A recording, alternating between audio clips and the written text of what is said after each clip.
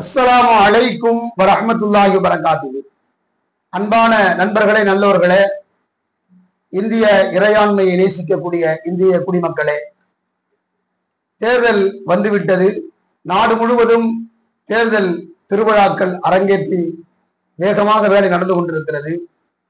இந்த நேரத்தில் உங்களோடு சில தகவல்களை நான் பகிர்ந்து கொள்ள வேண்டும் என்று விரும்புகிறேன். வாக்களிப்பது முதல் கடமை. யாரும் வாக்களிக்காம இருந்துடாதீங்க. நமக்கு என்ன, யாராவது ஓட்டு போடட்டும், யாராவது ஆட்சி ஆளட்டும், ராம ஆண்டால் என்ன, ராவணன் ஆண்டால் என்ன அப்படிங்கிற மாதிரி யாரும் விழுந்து விடக்கூடாது. 100% வாக்களிக்கப்பட்டால் சத்தியம் ஜெயிக்கும், அசத்தியம் அழியும், உண்மை வெளிவரும், பொய் அழிந்து போயிடும். இந்த வாக்கு சீட்டுகளில் 100% முறையாக நடந்துவிட்டால் நல்லவர்கள் ஆட்சிக்கு வருவார்கள், தீயவர்கள் வீட்டுக்கு போவாங்க. அப்படிங்கிறத கவனத்துல வச்சு எல்லோரும் ஓட்டு போடுங்க. ரொம்ப ரொம்ப முக்கியம். இது உங்கள்கிட்ட நான் வேண்டுகோள் வைக்கக்கூடிய முதல் வேண்டுகோள். இரண்டாவது யாருக்கு வாக்களிக்க வேண்டும் என்பதை விட யாருக்கு வாக்களிக்க கூடாது என்பதில் கவனமாக இருக்கணும். யாருக்கு வாக்களிக்க கூடாது? கரெக்டா புரிஞ்சுக்கிட்டீங்க. பிஜேபிக்கு வாக்களிக்க கூடாது. ஏன் வாக்களிக்க கூடாது? பிஜேபிக்கு எங்களுக்கு நமக்கு என்ன வாய்க்காய் வரப்பு தவறாரு கிடையாது. ஏன் வாக்களிக்க கூடாது? இந்தியாவின் இறையாண்மையை நாசமாக்கி இருக்கிறார்கள். இந்தியாவின் தன்மானத்தை குழி தோண்டி புதைத்திருக்கிறார்கள். இந்தியாவின் பொருளாதாரத்தை சிதைத்து நாசமாக்கி இருக்கிறார்கள் இல்லையா? வெளிநாடுகள் இன்று இந்தியாவை பார்த்து காரி துப்பிக் கொண்டிருக்கிறது. இந்தியாவின் கௌரவம், கண்ணியம் அனைத்தும் நாசமாகி கொண்டிருக்கிறது. அதுக்கு காரணம் 10 ஆண்டுகள் ஆட்சி செய்த முன்னாள் பிரதமர் நரேந்திர மோடி அவர்கள் தான். அதனால நம்ம பிஜேபிக்கு வாக்களிக்க கூடாது என்று சுருக்கமா சொல்லிடலாம். இதை கடந்து இன்னும் சில காரணங்கள் இருக்கிறது பிஜேபிக்கு வாக்களிக்க கூடாது என்பதற்கு. என்ன காரணங்கள் என்பது எல்லாவற்றையும் விவரிக்க முடியாத ஒரே வீடியோவில் மிக முக்கியமாக 2 செய்தி. ஒன்று ஆசிபா, இரண்டாவது நிர்பயா. இந்த நிர்பயா என்ற பெண்ணும் ஆசிபா என்ற சிறுமையும் படுகொலை செய்யப்பட்ட விதங்களை யோசித்து பார்த்தால் அந்த இருவரும் என் தங்கையாக, என் வீட்டில் ஒரு பிள்ளையாக இருந்தால் எப்படி என் மனம் நோகுமோ, அந்த மனம் நோகும் அந்த செய்திக்கு, அந்த நிகழ்வுகளுக்கு பழி தீர்க்க வேண்டும் என்று சொன்னால் பிஜேபிக்கு வாக்களிக்க கூடாது. கண்டிப்பாக வாக்களிக்க கூடாது. மனிதாபிமானம், மனசாட்சி, மனிதத்தன்மை இல்லாத மிருகங்களால் அரங்கேற்றப்பட்ட அந்த கொடூர கற்பழிப்பு இந்தியாவின் மிகப்பெரிய கண்ணிய குறைவும் இந்தியாவின் தலைகுனிவிற்கும் காரணமாயிடுச்சு. இந்த வரலாறு சம்பந்தப்பட்டவர்கள் தண்டிக்கப்பட்டார்களா? யோசிச்சு பாருங்க. இப்படி நிறைய சொல்லலாம். மிக முக்கியமாக சமீபத்தில் மணிப்பூரில் என் இந்திய திருநாட்டின் மகள்கள் 2 பேரு முழு நிர்வாணமாக காட்சி பொருளாக்கினார்கள். ஒரு நாட்டின் பிரதமர் என்ன நடந்தது, ஏன் இந்த அநியாயம் நடந்தது என்று கவலைப்பட்டிருக்காரா? கவலைப்பட்டு நாடாளுமன்றத்தில் அறிக்கை தாக்கல் செஞ்சாரா? கண்டிச்சு பேசினாரா? பாராளுமன்றத்துக்கு வந்தாரா? வந்து பதில் சொன்னாரா? விளக்கம் கொடுத்தாரா? கேள்விகளை சந்தித்த ஒண்ணுமே செய்யலையா சார்? என்ன சொல்ற? இவ்வளவு துணிவில்லாத தொடை நடங்கி ஒரு பிரதமர் மீண்டும் ஒரு முறை நமக்கு தேவையா என்பதை நாம் யோசிக்க வேண்டும். அடுத்து, இந்தியாவில் தான் இருக்குது நாகாலாந்து, இந்தியாவில் தான் இருக்குது மேகாலயா, இந்தியாவில் தான் இருக்கு மணிப்பூர். இந்த 3 ஸ்டேட்டிலும் பிஜேபி வேட்பாளர்கள் இல்லை. ஏன்னு கேட்டீங்களா? ஏன்னு யோசிச்சீங்களா? நான் இந்த வடநாட்டு மக்கள் தான் இந்த விஷயத்துல ரொம்பவும் மோசமான முறையில் எதை பற்றி யோசிக்காம நடந்துக்கிறாங்க. தென்னிந்திய மக்களாவது இதை பற்றி யோசிக்கணும். இதனால என்ன, எப்படிதான் தென்னிந்தியாவில் பிஜேபி வரப்போறதில்ல, நாம ஏன் இப்படி மூச்சு கட்டி யார் சார் பேசுறீங்க அப்படின்னு நீங்க நினைக்கலாம். பிஜேபி வராது வராது என்று உங்களுக்கு தெரியும். உங்களோட எனக்கு நம்பிக்கை அதிகம். நாம என்ன சொல்றோம்? பிஜேபி வராது என்பதை விட பிஜேபி டெபாசிட்டே இல்லாமல் ஈனத்தனமாக கேவலமாக தோக்கணும். அப்பதான் பிஜேபி செய்த இந்திய துரோகத்திற்குரிய சரியான தண்டனையாக அமையும். சும்மா கௌரவமா தோக்கக்கூடாது. கௌரவமா டெபாசிட் வாங்கிட்டு தோற்பது ஒரு கௌரவ தோல்வி. அந்த கௌரவ தோல்வி கூட கிடைக்கக்கூடாது. கேவலமான தோல்வி, அருவருக்கத்தக்க ஈனத்தனமாக நாயினும் கீழாக நினைத்து பிஜேபியை தென்னாட்டு மக்கள் புறக்கணிக்க வேண்டும் என்பதற்காக வேண்டிய இந்த வீடியோவை நான் உங்களோடு பகிர்ந்து கொள்ள விரும்புகிறேன். நான் என்ன கேட்கிறேன், இவ்வளவு பயம் இருக்கக்கூடிய ஒரு நபர் மீண்டும் எனக்கு 5 வருஷம் வாய்ப்பு கொடுங்க, நான் இந்தியாவில் இருக்கிற எல்லா ஆணிகளையும் நான் புடுங்கி காட்டுறேன் அப்படின்னா என்னத்தை புடுங்க போறாரு இவரு? என்ன ஆணியை புடுங்க போறாருன்னு கேட்கிறேன். 10 ஆண்டு காலம் எதையுமே செய்யாத நரேந்திர மோடி இன்னொரு 5 வருஷம் எதை சாதிக்க போகிறார்? இவர் இதுவரை சொன்ன பொய்கள் 100 கடந்து இருக்கிறது.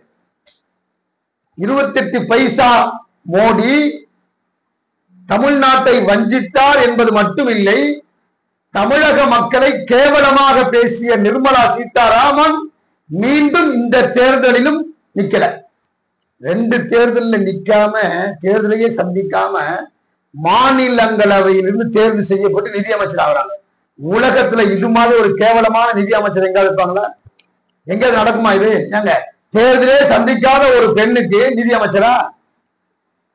என்னத்துக்கு நான் கேட்கிறேன். அவன் தேர்தலை சந்திச்சு ஓட்டு போட்டு கஷ்டப்பட்டு கூணி கும்பிடு போட்டு தெருவுல அலைஞ்சி வேர்க்க விறுவிறுக்க கெஞ்சி கூத்தாடி ஓட்டு வாங்கி ஜெயிச்ச நிறைய பேர் உங்க கட்சியில இருக்கான்ல. ஓட்டே வாங்காம தெருவுக்கே போகாம ஏசிலேயே படுத்து ஏசிலேயே தூங்கி மாநிலங்களவையில நிர்மலா சீதாராமன் ஜெயிச்சுட்டு ஒண்ணு நிதியமைச்சர் கொடுத்து, அது கேவலம் இல்ல? அந்த அம்மா என்னன்னா வெங்காயம் சாப்பிட மாட்டேன், வெள்ளை பூண்டு கிடிக்க மாட்டேன் அப்படின்னு சொல்லி பேசிக்கிட்டு பாராளுமன்றத்தில் நக்கல் பண்ணி நையாண்டி பண்ணி கோமாளித்தனமான ஒரு நிதியமைச்சரை நாடாளுமன்றத்தில் ஏன் வச்சிருக்கிறது ஒரு பெரிய பிரச்சனை இருக்கு. ஏன் வச்சிருக்காங்கிறது ஒரு அசிங்கமான இன்னொரு பக்கம். அதை நாம் பேசக்கூடாது, நாகரிகம் இருக்காது, நமக்கு அந்த வேலையும் கிடையாது வச்சுக்கங்களேன், விட்டுருங்க. இப்படி ஒரு கோமாளித்தனமான ஆட்சி மீண்டும் வேண்டுமா? மணிப்பூரில் நிர்வாண காட்சியாக்கிய இந்த கேவலம் தேவையா? இந்தியாவில் தான் சார் இந்த 3 ஸ்டேட் இருக்குது. ஏன் நிக்கல பிஜேபி? ஏன்னா போக முடியாது, உள்ள போய் ஓட்டு கேட்க முடியாது, ஓட்டு கேட்டா உயிரோட வர முடியாது. அப்படின்னா ஒரு ஸ்டேட் மக்கள், பஞ்சாப் மக்கள் பிரதமர் அடிச்சு வரட்டாங்கல்ல, ரோட்ல இங்கும் அங்கும் அலையிறாரு. அங்க போய் பஞ்சாப் விட்டு போயிட்டு டெல்லியில உட்காந்துட்டு என்னை பஞ்சாப் மக்களை என்னை கொலை செய்ய வந்தார்கள். கேவலமா இல்ல? இவர் மீண்டும் பிரதமரா வரலாமா? சொந்த நாட்டில் ஒரு மாநிலத்து மக்களை பார்த்து என்னை கொலை செய்ய வந்தார்கள் என்று பிரதமரே குற்றம் சாட்டுகிறார் என்று சொன்னால், எந்த அனுபவம் இல்லாமல் தீயாத்துவதற்கு மட்டுமே அனுபவித்த ஒருவரை நாட்டின் பிரதமராக இந்த கேவலம் தான் சார் நடக்கும். படிப்பறிவு கிடையாது, சுய புத்தி கிடையாது, சுய சிந்தனை கிடையாது, அர்த்தம் சொல்றதை கேட்கறதும் கிடையாது, பத்திரிகையாளர் பார்க்கறது கிடையாது, பாராளுமன்றத்துக்கு வர்றது கிடையாது, மக்களை சந்திக்கிறது கிடையாது. பார்த்தா வடை சுட்டு வட வியாபாரம் பண்றதே கண்டார். இவரை தூக்கி கூட இன்னொரு 5 ஆண்டு கொடுக்கணுமா?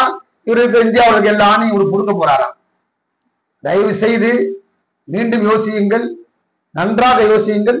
சொந்த நாட்டின் மாநிலத்தில் ஒரு பகுதிக்கு செல்வதற்கே பயப்படக்கூடிய ஒருவர் இந்திய நாட்டின் பிரதமராக இருப்பதற்கு எந்த தகுதியும் இல்லை என்பதை நீங்கள் கவனத்தில் கொள்ள வேண்டும்.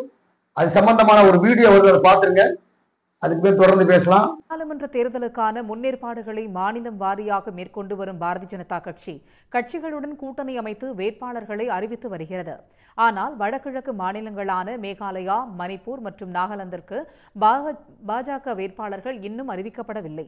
இந்நிலையில் மக்களவைத் தேர்தலில் இம்3 மாநிலங்களில் பாரதிய ஜனதா கட்சி போட்டியிடாது என்று வடகிழக்கு பிராந்தியங்களின் பாஜக பொறுப்பாளர் சம்பித் பத்ரா அறிவித்துள்ளார். வீடியோ பாத்தீங்களா? ஓகே, உங்களுக்கு தெரிஞ்சு போச்சு. அப்போ ஒரு தொடை நடுங்கி ஒரு மனிதர், முன்னாள் பிரதமர் மோடிக்கு மீண்டும் ஒரு வாய்ப்பு கொடுக்காதீர்கள் என்று கேட்டுக்கொள்கிறேன். ஒரு நாகரிகம் இருக்க வேண்டும். அதாவது மோடி அவர்களுக்கு ஓட்டே போடக்கூடாதுன்னு இவங்க சொல்றதுக்கு யாரு? அப்படி சொல்வதற்கு எங்களுக்கு உரிமை. ஓட்டு போடாதீங்கன்னு சொல்லக்கூடாது. பொதுவாகவே ஓட்டு கேட்கலாம், எங்களுக்கு போடுங்கன்னு சொல்லலாம், அவங்களுக்கு போடாதீங்கன்னு இந்தியாவில் சொல்லக்கூடாது. ஆனா நாங்க சொல்லுவோம். நாங்க அனுபவிச்சு சிஏஏ மூலமாக, என்ஆர்சி மூலமாக, பொது சிவில் சட்டத்தின் மூலமாக, ஹிஜாப் தடை சட்டத்தின் மூலமாக, முத்தலாக் தடை சட்டத்தின் மூலமாக, 370 தடை சட்டத்தின் மூலமாக நாங்க அனுபவித்துக் கொண்டிருக்கோம் சார். நாளைக்கு நீ ஆட்சிக்கு வந்து என்ன இந்தியா விட்டு வெளியே போவாங்க, நான் எப்படி உனக்கு ஓட்டு போட சொல்லுவேன்? நானும் போட மாட்டேன், ஓட்டு போடுற எவனையும் போடாதுன்னு சொல்றது எனக்கு உரிமை இருக்குது. அதனால போடாதீங்கன்னு துணிவாக சொல்லுகிறேன். இது கேஸே வந்தாலும் பரவாயில்லை என்ற ஒரு முடிவெடுத்தா நாங்க பேசிட்டு இருக்கோம். இன்னொன்றுக்கு ஒரு பயந்தாங்கொல்லிங்கிறது. ஒரு சாதாரண டெல்லி எவ்வளவு பெருசுங்க? இந்தியாவில ஒரு சின்ன பகுதி, மான்செஸ்டர், சாதாரண ஒரு பகுதி. அந்த பகுதியுடைய ஒரு சின்ன முதலமைச்சர் அநியாயமாக கைது செய்கிறார். காரணம், தன்னோடு கூட்டணி வைக்கவில்லை என்ற வெறுப்பில். ஒரு பிரதமர் வரலாமா? அவரு உள்ள போய் பூந்துலான்னு இருக்காரு. ஜெயில உட்கார்ந்து முதலமைச்சர் வேலை பண்றாரு. பாத்தீங்களா, எதுவுமே பண்ண முடியாது. இவர் வந்து எப்படின்னா பழி தீர்ப்பதற்காக சட்டத்தை வளைத்தார். லஞ்சத்தையே சட்டமாக்கிய ஒரே பிரதமர் உலக அளவில் இருந்தால் மட்டும்தான். எலக்ட்ரல் பாண்ட் மூலமாக லஞ்சம் வாங்குறத சட்டமாக்கிட்டார்ல, லஞ்சமே சட்டமாக்கி அனுமதி. இது எவ்வளவு கொடூரம்! இதெல்லாம் மன்னிக்கலாமா? இவரை இந்தியாவில் இருக்க விடலாமா? தோல்வி அடைய செய்ய வேண்டும். நாட்டை விட்டு இவர் கடத்தல் படணும். நாட்டில் இருக்கிறது தகுதி இல்லாதவர். நாட்டை பாதி வித்துட்டார். சமீபத்தில் அம்பானி, உங்களுக்கு தான் தெரியும், ஒரு டொமஸ்டிக் ஏர்போர்ட்டை இன்டர்நேஷனல் ஏர்போர்ட்டாக மாத்தி அவன் ஆட்கள்லாம் வந்து இறங்கி போகணுமா. அதுக்காக வேண்டி இந்த கொடுமையை மன்னிக்கலாமா? ஏதாவது நடந்திருந்தா என்ன ஆகும்? டொமஸ்டிக் ஏர்போர்ட்டுடைய இன்ஃப்ராஸ்ட்ரக்சர் வேற, புரியுது உங்களுக்கு? இன்டர்நேஷனல் ஏர்போர்ட்டுடைய இன்ஃப்ராஸ்ட்ரக்சர் வேற. டொமஸ்டிக் இன்டர்நெட்லாம் மாத்துறதா இருந்தா அது எவ்வளவு பெரிய சட்ட விரோதம். ஒரு பிரதமரை சட்ட விரோதத்தில் ஈடுபடலாமா? சட்ட விரோதத்தை சட்டமாக்கும் ஒருவரை மீண்டும் ஒரு வாய்ப்பு கொடுக்கலாமா? அப்படி வாய்ப்பு கொடுத்தால் நீங்களும் நானும் முட்டாளாக தான் இருக்கணும். அறிவாளியா இருக்க முடியுமா? இருக்க முடியாது. எனவே மீண்டும் சொல்லுகிறேன், உண்ணாமலையா இருந்தாலும் சரி, அவன் அண்ணாமலையாக இருந்தாலும் சரி, முன்னாள் பிரதமர் மோடியாக இருந்தாலும் சரி, இந்த நாட்டில் பிராடுகள், மன்னிக்க முடியாத குற்றவாளி கூடி நிறுத்தப்படவில்லை பிராடுகள். இந்த பிராடுகளுக்கு வாக்களித்து இந்தியாவை மீண்டும் அடிமைத்தனத்திற்கு கொண்டு செல்ல வேண்டாம் என்ற எச்சரிக்கையை மானசீகமாக உங்களோடு நான் பதிவு செய்கிற. நாட்டுல வெள்ளம் வந்தா பார்க்கணும், இடர் வந்தா பார்க்கணும், புயல் வந்தா பார்க்கணும், பாதிக்கப்பட்டா பார்க்கணும். அவங்கதான் ஆட்சியாளர்கள். தமிழ்நாட்டுல வெள்ளம் வந்துச்சு இல்ல, வந்தாரா? யோசிங்க சார்.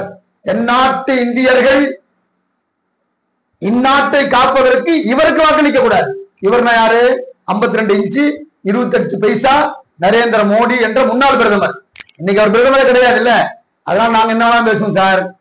பிரதமர் தான் கொஞ்சம் கட்டுப்போடா மரியாதையா பேசுவோம். பிரதமரா இல்லைன்னா பேசுவோம். நாங்க நாகரிகமானவர்கள் இல்ல. பிஜேபிக்காரன் என்னென்னலாம் பேசலாம் இஸ்லாமியர்களை பத்தி, அதெல்லாம் பார்த்தாக்க நரேந்திர மோடி என்ன வேணாலும் பேசலாம், ஆனா பேச மாட்டோம். எங்களுக்கு நாகரிகம் இருக்கு. எங்கேயுமே வரதில்லை. காசு கேட்டா கொடுக்க முடியாதுன்றார். ஒரு பைசா கூட கொடுக்காத ஒரு பிரதமர் திரும்ப வரக்கூடாது. அதே போல மல்யுத்த வீராங்கனைகள் கற்பழிப்பு நடந்துச்சு. தெருவில் இருந்து போராடினாங்க. இந்திய நாட்டின் தலை நிமிர்விற்கு காரணமாக இருந்த விளையாட்டு வீராணைகள், தங்கப்பதக்கம் பெற்ற எங்கள் தாரகை தங்கைகள் கற்பழிக்கப்பட்டிருக்கிறார். கற்பழிக்கப்பட்ட வீராங்கனைகள் தெருவில் இறங்கி கெஞ்சி கூத்தாடி நியாயம் கேட்கிறார்கள். ஆனால் பிரதமர் போய் பேசலையே. போயிருக்கணுமா இல்லையா? என்னமா நடந்துச்சு, என்ன ஆச்சு கேட்டிருக்கணும்ல. ஒண்ணுமே கேட்கல. அடுத்து பாத்தீங்கன்னா இந்த விவசாயிகள் போன வருஷம் ஒரு வருஷம் ஃபுல்லா போராடினான். நூற்றுக்கணக்கான விவசாயிகளை கொலை செஞ்சார் இந்த ஆளு பிரதமராக இருக்கும்போது. இப்ப வந்து அவங்க கொடுத்த வாக்குறுதி, ஏதாவது ஒரு பொய்யான வாக்குறுதி கொடுக்குறாங்க, செய்ய ஒரு வருஷம் சொல்லிட்டு நிறைவேற்றல. சொன்னதை நிறைவேற்றாமல் விட்டதால் மீண்டும் போராட்டத்துக்கு வந்தாங்க. இதுவரையில கண்டுக்கிட்டீங்க. விவசாயிகள் இல்லாத இந்தியா நினைச்சு பாருங்க. போலீஸ் இல்லாத இந்தியா எப்படி கொடூரமா இருக்குமோ அதை விட கொடூரம் விவசாயிகள் இல்லாத இந்தியா. சோறு வேணும், நீ ரொட்டி சாப்பிட்டாலும் கோதுமை வேணும், கோதுமைக்கு விவசாயி வேணும். நாங்க சாப்பாடு சாப்பிட்டாலும் அரிசி வேணும், அரிசிக்கு விவசாயி வேணும். விவசாயி இல்லாமல் என்னால் உண்ண முடியாது. நான் உண்ணாமல் என்ன செய்ய முடியும்? உயிர் வாழ முடியாது. நம் இந்திய நாட்டின் மக்களின் உயிர் பாதுகாப்புக்கு உத்தரவாதம் தரக்கூடிய உழைப்பாளர்களாக இருக்கக்கூடிய விவசாயிகளை கண்டுகொள்ளாத பிரதமரை நாம ஏன் கண்டுக்கணும்? கண்டுக்கலாமா?